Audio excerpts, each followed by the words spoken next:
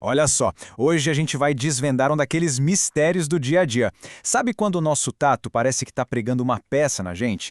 Aquela sensação de que alguma coisa está mais fria do que outra, mesmo quando não deveria? Pois é, hoje a gente vai entender por que o nosso sentido do tato às vezes pode ser bem enganoso.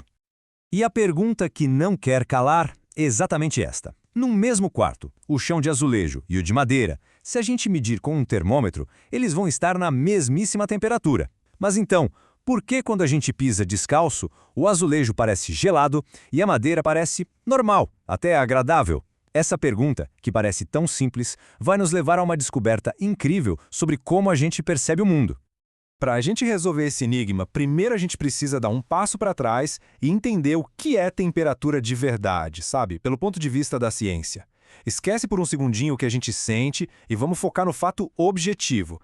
Então imagina que tudo, absolutamente tudo ao nosso redor é feito de partículas minúsculas. E essas partículas nunca estão paradas, elas estão sempre se agitando, tipo numa dança.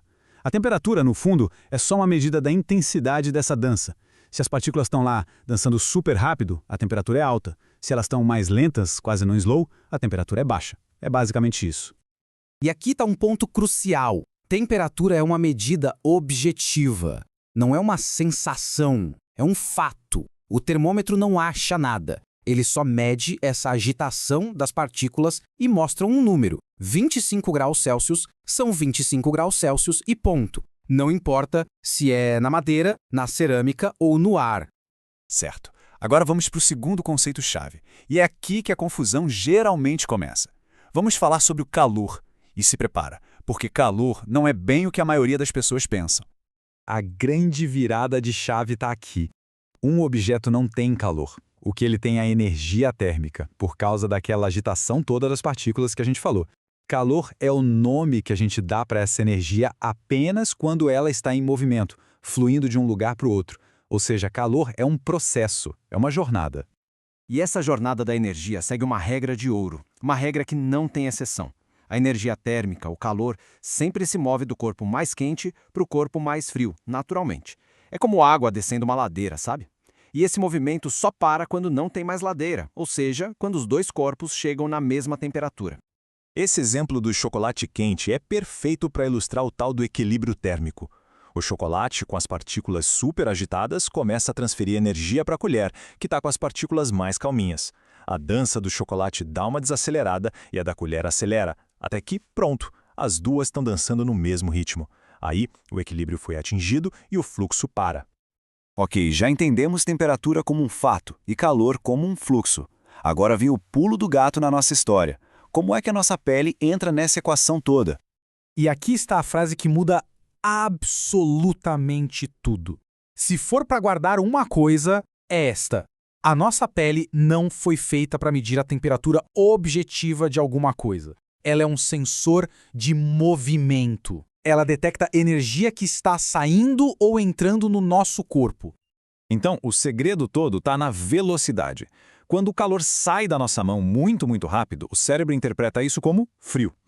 Já quando o calor entra na nossa mão de forma acelerada, a interpretação é quente. A sensação não depende da temperatura em si, mas da rapidez com que essa energia é transferida. Com esse conhecimento todo, a gente pode finalmente voltar para o nosso quebra-cabeça do começo e resolver ele de uma vez por todas. Vamos ver como tudo se encaixa. Agora o mistério do chão de madeira e do azulejo fica óbvio, né? O nosso corpo está lá a uns 36 graus e o chão está a 25. O azulejo é um ótimo condutor térmico, então ele rouba calor do nosso pé muito rápido. É essa perda veloz de energia que o cérebro entende como frio. A madeira, por outro lado, é um isolante. Ela também tira calor do nosso pé, mas de um jeito bem mais lento, bem mais gradual. É a velocidade do fluxo de calor que muda tudo, não a temperatura.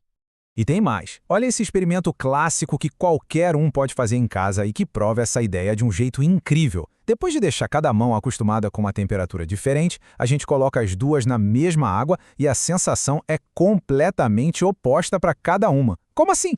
A resposta, de novo, está toda no fluxo. Para a mão que estava na água gelada a 10 graus, a água a 25 está mais quente. Então o que acontece? O calor flui rapidinho da água para dentro da mão. O cérebro diz quente. Já para a mão que estava na água morna a 40 graus, a água a 25 está mais fria. Então o calor flui da mão para a água. O cérebro diz frio, a mesmíssima água! Duas sensações opostas, tudo por causa da direção e da velocidade da viagem da energia. Então a gente chega na grande conclusão desta análise. É fundamental a gente aprender a separar a nossa percepção, que é subjetiva, da realidade física, que é objetiva. E essa colinha final aqui é perfeita. Temperatura é a velocidade dos carros numa avenida. Calor é o movimento dos carros de uma avenida cheia para uma vazia. E a sensação térmica? É como sentir o vento no rosto. A temperatura do ar pode ser a mesma, mas se estiver ventando, a sensação é de mais frio, porque o vento, o ar em movimento, está roubando o calor do nosso corpo muito mais rápido. A nossa pele sente o vento da energia, não a temperatura do ar.